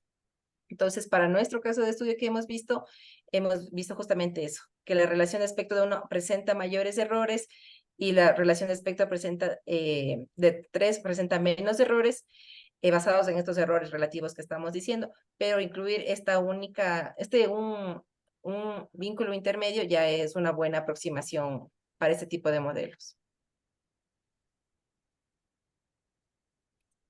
Entonces, esa sería la presentación que nosotros hicimos, la investigación que nosotros hicimos. Esta investigación la hemos puesto en un paper, que es justamente próximamente estará en publicación. Les dejamos el nombre si es que desean leerlo. Ahí está mucho más detallado lo que se realizó. Y Inge, no sé si quiere algo más. Sí, justo, bueno, promocionemos un poquito más al paper. Esta es una muy buena revista, Applied Science, de MDPI. Eh, el tema, pues inicialmente lo estábamos trabajando y de repente llegó un correo de esos que de repente llegan, ¿no? En donde esta revista comentaba que estaba sacando una edición especial para temas de ingeniería civil en la parte de reforzamiento y evaluación de estructuras. Entonces, dentro de los temas, decían, nos interesa ver propuestas de modelos estructurales para tipologías de reforzamiento. Y nos cayó justo como anillo al dedo, esta es una primera parte. Dentro de la tesis de maestría de Meli, pues esta fue solo el primer eslabón del resto de resultados que obtuvo ella y que seguimos trabajando. Esta solo es la parte de la calibración. Entonces, una vez que nosotros tenemos ya calibrado el modelo, estamos seguros de nuestro modelo, pues funciona en un muro. Ahora podemos hacer ya estructuras en 3 dimensiones, ¿no? Edificios con varios muros, esperando que esta mejora de la respuesta se extrapole a estos casos tridimensionales, ¿no? Eh, Recomendamos la lectura de este paper. En este paper los revisores nos hicieron algunas observaciones que nos permitieron, muy buenas, excelentes observaciones que nos permitieron mejorar nuestro trabajo. Por ejemplo, aquí no hablamos de la influencia de las deformaciones de corte. Tenemos muros pequeños. En muros pequeños la influencia de corte es importante. Entonces, dentro de este paper se analiza la influencia de las deformaciones de corte para las diferentes relaciones de aspecto que utilizamos y para los diferentes niveles de desplazamiento que se presentan. Explicamos cómo incluir las deformaciones de corte. La otra parte que nos pidieron que expliquemos era, bueno, ¿por qué no están considerando los bloques? Entonces nos tocó explicarle, aquí en el Ecuador los bloques son pésimos, 1 megapascal. Aún así decían, bueno, justifíquenos por qué no lo están incluyendo. Entonces, numéricamente nosotros demostramos cómo es que estos bloques, si nosotros los incluimos en los modelos, pues la respuesta, al menos para estos bloques de muy baja resistencia, pues no produce mayor influencia. El momento que usted pone ya estos elementos súper rígidos, súper rígidos, que es el enchape, estos elementos que tienen rigidez, ¿no? Que proporcionan una rigidez, el bloque en sí proporciona una cierta rigidez, pero comparen el bloque, la resistencia, la rigidez del bloque versus la resistencia de un mortero con malla. Pues el mortero con malla es mucho más resistente. Entonces, ¿qué es lo que va a absorber toda la fuerza? El mortero con malla, mientras que el bloque pues ya no va a aportar mayormente.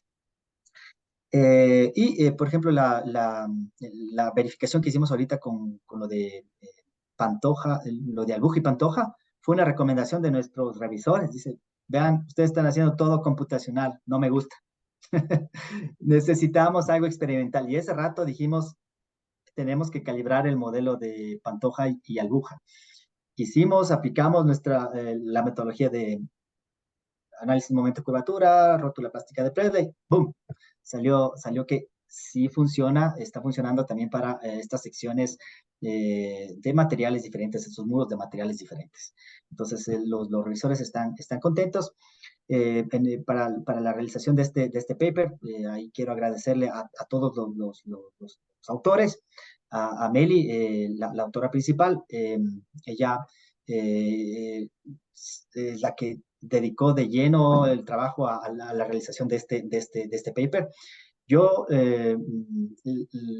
tuve la oportunidad de trabajar con Meli, de enseñarle algunas cosas de la escritura de papers, trabajar en conjunto con ella, lo disfruté muchísimo.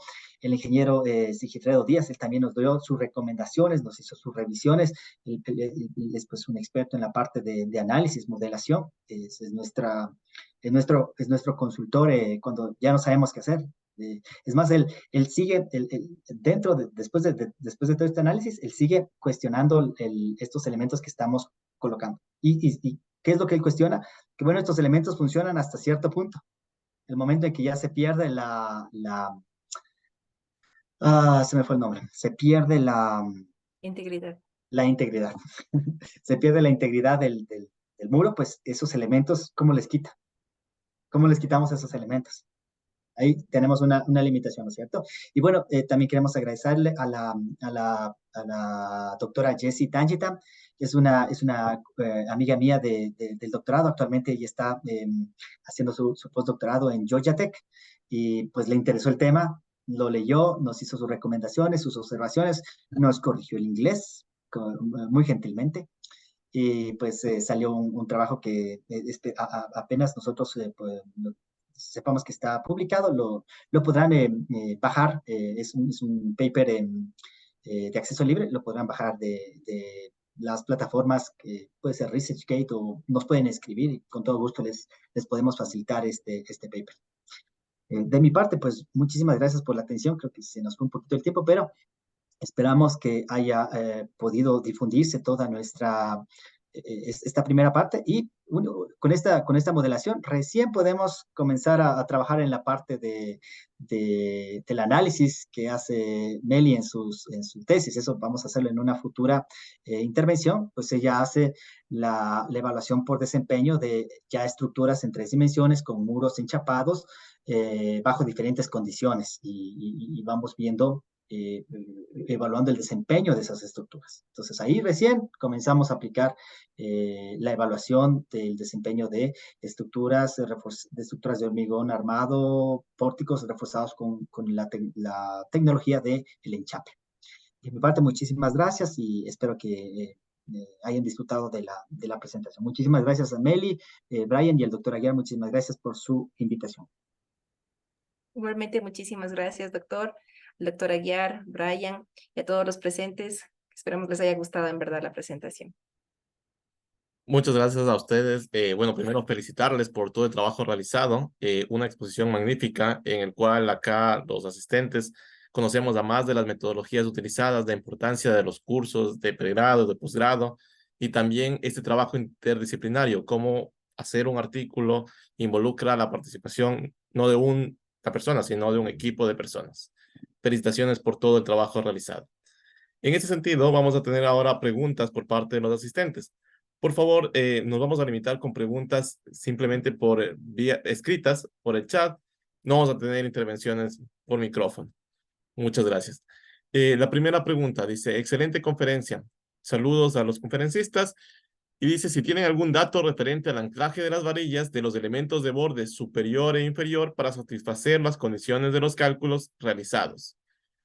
Pienso que en la losa del último nivel, por ejemplo, en una vivienda de 2 pisos con vigas banda, con losas no más de 20 centímetros de espesor, ¿cómo se realizaría esta conexión en este elemento pequeño? Y de igual forma, en el contrapiso, siendo espesores muy pequeños, como 10 o 15 centímetros en el mismo ejemplo. ¿Podría anclarse esta varilla en alguna cadena de amarre?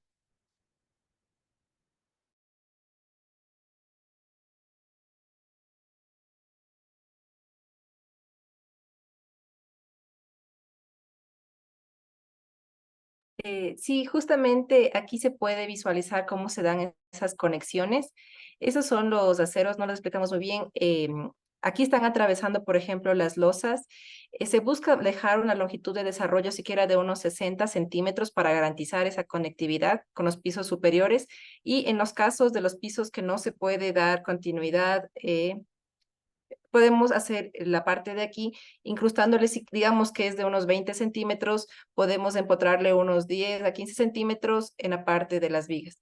Aquí adicionalmente se pone lo que es un epóxico para garantizar esa conexión, ¿sí?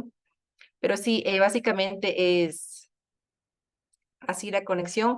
Esta conexión se realiza a 45 grados. Aquí, como les digo, será unos 50, 60 centímetros de largo. De longitud de desarrollo, digámoslo así. De igual manera, en el caso de las columnas, aquí se están conectando con 50, 60 centímetros. Y para este caso, digamos que solo este vano se va a enchapar. Aquí tenemos una conexión de unos 10 a 15 centímetros, puede ser, pero por ejemplo, en el caso de que tengamos 2 vanos enchapados, esta conexión de aquí se puede realizar la misma que se ve aquí hasta el otro lado, es decir, se atravesaría todita la parte de la columna hasta el otro muro, igual respetando esa longitud de desarrollo de 60 centímetros. Otra opción que se puede ver, por ejemplo, es en el caso de que la sección de las columnas sea de la misma ancho de la sección de la mampostería, donde no se permita hacer esas perforaciones. Lo que se puede hacer son vinchas tipo U para que abracen y garanticen esa conectividad. ¿Sí? Esa conexión, perdón. complementando un poco la respuesta de Meli, pues sí, o sea, directamente, pues a veces la losa, ¿no? Pues a veces se tienen estas vigas banda, ¿no? Losas pequeñas. Directamente conectar el enchape a la losa, pues no hay suficiente longitud de desarrollo, entonces hay que utilizar estas diagonales, ¿no? Estas diagonales que atraviesan la losa y permiten conectar el enchape de arriba y el enchape de abajo. Eso se necesita. Ahora, en los últimos pisos, por ejemplo, en el último piso hay que entenderle bien cómo está funcionando el muro. El muro enchapado, pues el muro enchapado va a trabajar como una viga embolado. Entonces, una viga embolado en el último piso, pues el momento es mínimo, es cero. Ahí no habría importancia si es que no está conectado al último piso, o sea, a la última losa. No es tan importante la conexión a la última losa. Donde sí es súper importante la conexión es en la zona donde tenemos mayor concentración de, de momento, que sería en la base. Entonces, por ejemplo, cuando nosotros creamos este muro, cuando ponemos el muro enchapado, la estructura generalmente pues está únicamente con zapatas aisladas debajo de las columnas, pero las zapatas aisladas debajo de un muro, pues es algo incorrecto. Nosotros tenemos que, el momento que pasamos de una estructura porticada a un muro, la cimentación abajo del muro tiene que ser congruente con el muro. Entonces, no podemos dejarle únicamente con zapatas aisladas, se tiene que poner alguna zapata corrida, alguna viga de cimentación, y a esa viga de cimentación es súper importante que se le conecte bien los aceros en la base. Entonces, piénsenle que ¿dónde va a estar más tensionado los aceros? Pues justamente a nivel de la base. Algo se me está escapando justo de eso. Ya, justo esto. En sus modelos, no, por ejemplo, tenemos varios pisos. Nuestra recomendación no es que se haga discretización en todos los pisos. Debemos hacer discretización justo en los lugares donde hay mayor concentración de momento, por ende hay mayor concentración de curvatura, por ende mayor, eh, hay mayor influencia en el desplazamiento. ¿Dónde es eso? En el primer piso. O sea, si ustedes colocan esto en el primer piso, yo creo que es más que suficiente. Por ahí, bueno, si es que es un muro, yo que sé, de unos 6 pisos o hasta 8 pisos, yo creo que hasta 8 pisos se podría trabajar con esta metodología, no sé más. Pero en un primer y segundo piso, si se pone una sección plana o un brazo rígido, como le llamamos, en primer y segundo piso es más que suficiente. No hay que poner en todos los pisos, porque los pisos de arriba pues no tienen comportamiento no lineal. Los pisos de arriba están trabajando en el rango lineal. ¿Dónde está la concentración de la no linealidad? En la base. Ahí podemos ver, pues, exactamente. Ahí está la gráfica que me pone Mel. ¿Dónde está la concentración de la no linealidad? En ese rectángulo que dice la curvatura plástica idealizada. Entonces, ahí es donde nosotros tenemos que tener cuidado. Primer piso, segundo piso. Si es una estructura de 2 pisos, yo le pusiera solo en el primer piso. Si es una estructura de 3 pisos, yo le pusiera solo en el primer piso. Yo creo que de 4 pisos en adelante le pusiera en el primero y en el segundo, para una mejor distribución, que el programa considere bien esta distribución de la curvatura. Muchísimas gracias a la pregunta que nos ha enviado mi estimado Patricio. Un saludo desde acá. Gracias a ustedes por la respuesta. Tenemos una segunda pregunta. Bueno, hay muchas preguntas, pero vamos a ver una segunda pregunta. Dice, ¿cuáles son los principales desafíos al utilizar paredes de mortero y malla electrosoldada como refuerzo en estructuras aporticadas? ¿Es viable llevarlo a cabo para reforzar estructuras aporticadas con paredes y mallas, considerando los costos asociados en materiales y los posibles beneficios en términos de durabilidad?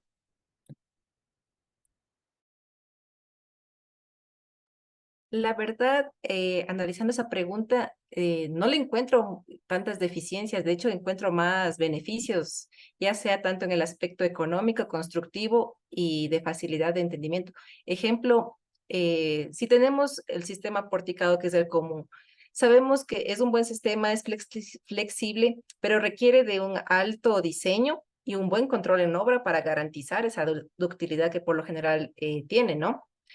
En cuanto a lo que viene a ser este reforzamiento, se puede ver que si bien requiere un diseño a corte, ya es más fácil su trabajo en obra. Ejemplo, si es que yo voy a reforzar con encamisado de columnas, tengo que estar picando lo que viene a ser la conexión con las columnas superiores, tengo que picar todas las columnas, quitar la mampostería de los lados. Y lo que estoy haciendo más que nada es sigo manteniendo ese sistema a cargas, resistente a cargas laterales que es el sistema de pórticos. Entonces, constructivamente hablando, es más trabajoso porque tengo que intervenir más zonas que son más complicadas, por ejemplo, como les digo, entre pisos, garantizar esa conexión eh, entre las dos columnas. eh, Eso requiere un costo un costo adicional, porque además cuando se hace, por ejemplo, el encamisado de columnas, lo que se utiliza son aceros Fi 14 para arriba, digámoslo, ¿no? Y tienen un mayor costo. En cambio, con el enchape se tiene lo que es la malla electrosoldada, que no tiene un alto costo. Al tener un mortero de baja resistencia, se tiene un menor costo. Y ahora en la parte técnica, este mortero más es como una pega que permite estabilizar a esa malla electrosoldada, más que darle resistencia. Entonces, no le veo tantos defectos, la verdad. Me parece que es un buen sistema y todas las otras ventajas, más bien tiene muchísimas más ventajas frente a otros sistemas de reforzamiento. Complementando con lo que dice Mary, pues mm, una de las ventajas pues es la facilidad de implementación. O sea, eso es un poco invasivo, no se va a negar que el enchapado es un poco invasivo, pero no lo vamos a comparar con el trabajo que tendríamos que hacer si vamos a poner un muro de hormigón armado. Es un muro de hormigón armado, primerito sería liberar toda la mampostería donde vamos a colocar el muro. Primera parte, ya tenemos que quitar toda la mampostería si queremos colocar en esa ubicación un muro. Y de ahí, pues, el muro de hormigón armado, pues, obviamente, tiene un mucho mejor eh, propiedades de rigidez, resistencia, eh, que el enchape, pero también tiene un costo más alto y se demora mucho más en su implementación. Eh, pero si ustedes tienen la posibilidad de reforzar con muros, hágale con muros de hormigón armado. Pero de ahí, esta es una opción más al alcance. O sea, no, usted no tiene que invertir la gran cantidad de dinero, el montón de tiempo, los arreglos con el enchape. En general, esto se ha estado haciendo ya estudios en la Politécnica Nacional de reforzamiento de vivienda popular, pero hay que dejar de pensar que el enchape es para la vivienda popular. Un buen diseño de enchape tranquilamente puede ser utilizado para mejorar viviendas del estrato social medio. Es más, recientemente hice ya la evaluación de la vivienda donde vivo. Sale que necesitamos reforzarla y yo estoy pensando en el enchape como una opción a corto plazo. Nuevamente, gracias por la respuesta. Bueno, acá hay algunas preguntas y me gustaría acá hacer un comentario. Este sistema es muy similar a lo que se ve con sistemas de ductilidad limitada. Hay normativas en las cuales limitan esto a 6 pisos, los 3 primeros con acero de refuerzo y los últimos 3 con malla, debido a las características y propiedades de estos aceros. Alguien nos pregunta, bueno, ¿se puede eliminar el bloque? Y eso hace un símil a ese sistema, tal vez. Sin embargo, allí todo, la estructura es en base a paredes con muros de ductilidad limitada. ¿Cuál es su comentario respecto a... se mencionó que los bloques elaborados en el Ecuador no tienen la suficiente rigidez, por lo tanto, no fueron considerados en el estudio. Entonces, para una construcción con el sistema de enchapado, se podría eliminar definitivamente el uso de bloques para una pared. ¿Y qué tan alto se recomendaría construir un muro con este sistema?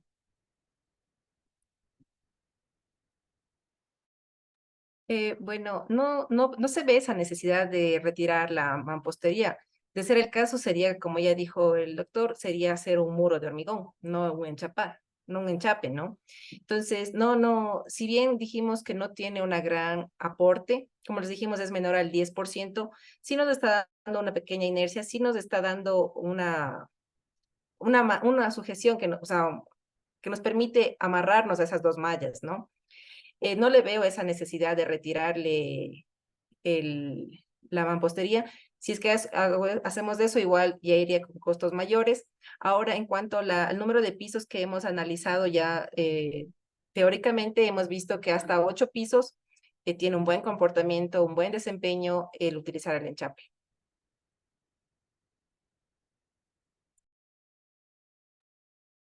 Complementando esto, me pareció interesante la pregunta esta de la ductilidad limitada.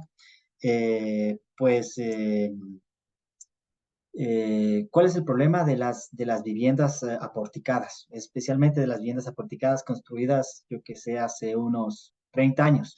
El caso de donde yo vivo, y el caso de mucha vivienda ya construida en el país, que son viviendas demasiado flexibles.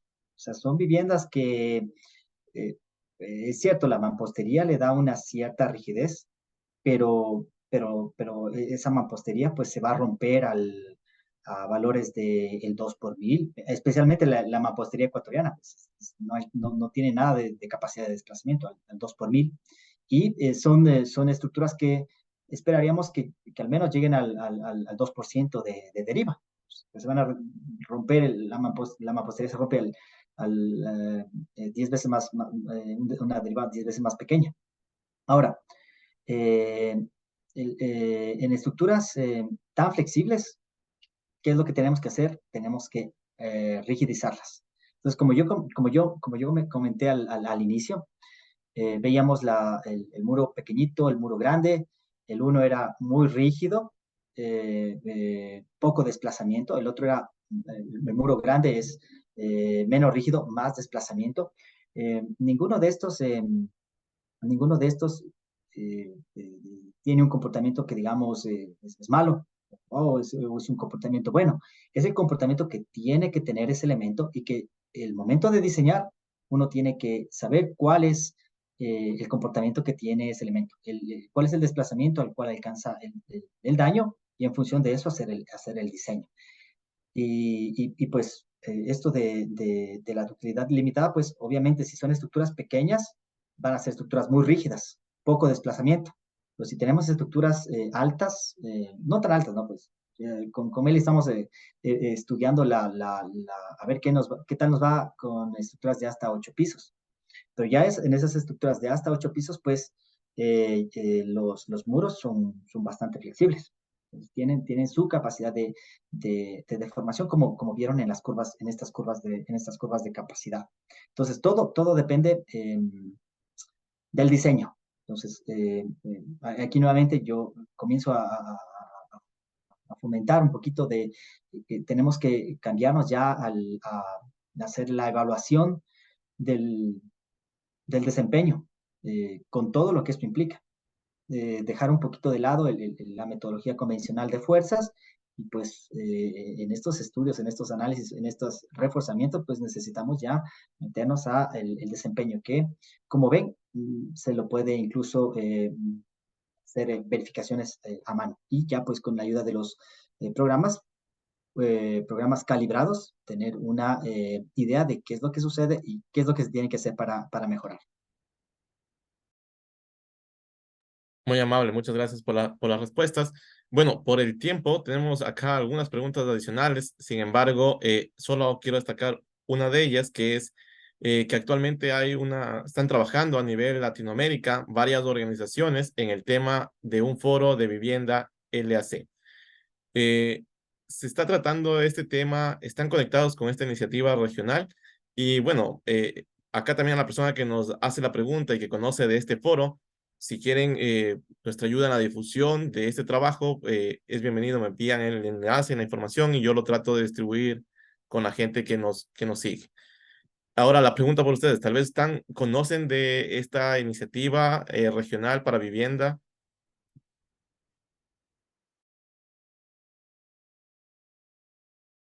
No, la verdad, esa iniciativa como tal, no. En el centro ya hemos estado implementando estos estudios. Lo que hemos hecho es analizar barrios y hacemos el estudio completo del estado actual y proponemos este tipo de reforzamiento.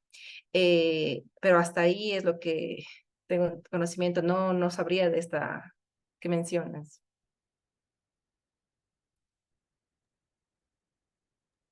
Igual de mi parte, me interesaría mucho poder hacer contacto a ver eh, si se puede contribuir de alguna manera. El Centro de Investigación de la Vivienda siempre está abierto a todas las actividades en las que nosotros podamos intervenir con nuestro laboratorio, con nuestro personal, para, bueno, para seguir trabajando, ¿no? En esta actividad que tanto nos gusta y apasiona. Muy amable. Gracias por todas las respuestas. Me uno a ello. Realmente felicitaciones al centro, felicitaciones a ustedes. Es de las instituciones de investigación que genera un aporte muy grande al país y a la región. Eh, Como siguiente punto, me gustaría dar paso al doctor Roberto Aguiar. Tal vez algún comentario, doctor, de su parte. Tiene el micrófono. Exacto, ahí sí. Eh, Solamente agradecer a los conferencistas. He disfrutado mucho de su conferencia. Realmente hemos estado 2 horas muy atentos todo el tiempo así para escuchando lo que es, qué más han hecho. Y siempre nos quedan tareas para seguir trabajando nosotros. Por ejemplo, mi tarea que me quedo yo ahora es obtener la curva de capacidad sísmica a partir del modelo de rótula plástica. Y he escuchado muchas veces eso, pero no le he aplicado. Yo la curva de capacidad sísmica la obtengo con análisis estático no lineal, pero me parece, viendo ya las ecuaciones que ponen ahí, digo, está más fácil esto, más fácil y no me complico. Entonces me gustaría comparar la curva de capacidad que obtengo con el modelo de rótula plástica con la que se obtiene con modelos de análisis estático no lineal. Cuando yo vi las curvas que ustedes sacaban, antes de comparar con la de elementos finitos, dije, perfecto, esa curva está muy bonita. Ese comportamiento de prácticamente de mampostería con el marco que viene a ser el mortero y las columnas. Bueno, realmente excelente trabajo, la gente lo ha dicho, están muy contentos. Nosotros decirles que ya tenemos 139 videos en el blog de Science Lab, están a la disposición de ustedes. Cada video son diferentes temáticas, pero cada uno de ellos es muy interesante, de gente que ha trabajado muchísimo para presentar aquí en 1 hora, 2 horas. Muchas gracias y esperamos contar con ustedes el próximo lunes. Que tengan una buena noche. Gracias, doctor Aguiar. Quiero compartir mi pantalla también antes de que salgamos del Zoom. Voy a compartir, espero se estén viendo ahí los dos certificados. Es la primera vez que tenemos una ponencia con dos personas que nos apoyen. Ha sido fantástico realmente esta interacción. Felicitaciones por eso. Y hago entrega de certificados de reconocimiento que se otorgan al doctor Diego Sosa, a la máster en ciencias Melissa Herrera. Tienen el mismo texto en agradecimiento a la difusión del conocimiento y su valiosa participación en este espacio con el tema calibración de modelos de fibras para análisis de estructuras aporticadas reforzadas con paredes de mortero y malla electrosoldada en chape. Firma, doctor Roberto Aguiar, organizador. Y también les agradezco porque tenemos una segunda ponencia con los Melissa, con Diego, en septiembre. Gracias también por esa predisposición para participar acá con nosotros. Eh, Hay muchos mensajes de felicitaciones en el chat. Tal vez algún comentario final de su parte antes de dar por finalizada la conferencia.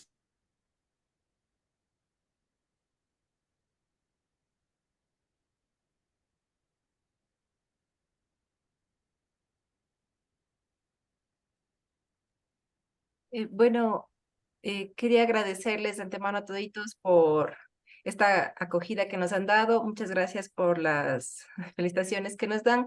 Y sí, de nuevo agradecer a los profesores que nos han ayudado en en estas investigaciones.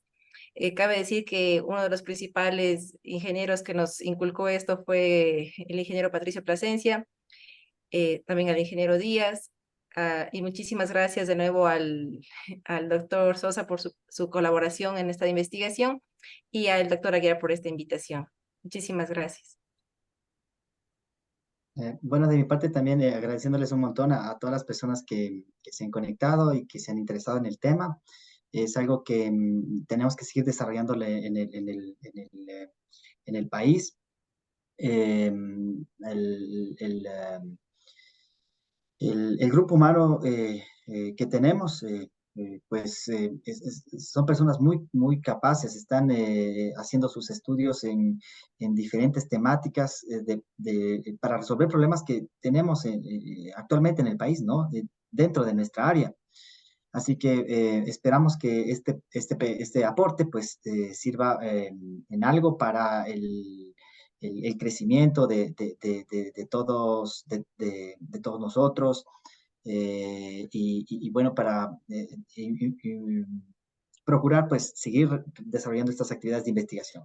Agradeciéndoles nuevamente a los organizadores, al doctor Roberto Aguiar, a mi estimado Brian por la constancia, por el esfuerzo de mantener este espacio que nos permite a todos conectarnos, aprender y compartir excelentes momentos. Así que muchísimas gracias. Gracias a ustedes y felicitaciones, les extiendo mis felicitaciones a todo el equipo del Centro de Investigación de la Vivienda, al director, doctor Diego Sosa, y éxitos en sus labores diarias. A todos los asistentes, muchas gracias. Los esperamos todos los lunes a las 19 horas. Ya tenemos conferencias de septiembre y estamos planificando las que vienen. Tengan una muy buena noche. Hasta un próximo lunes.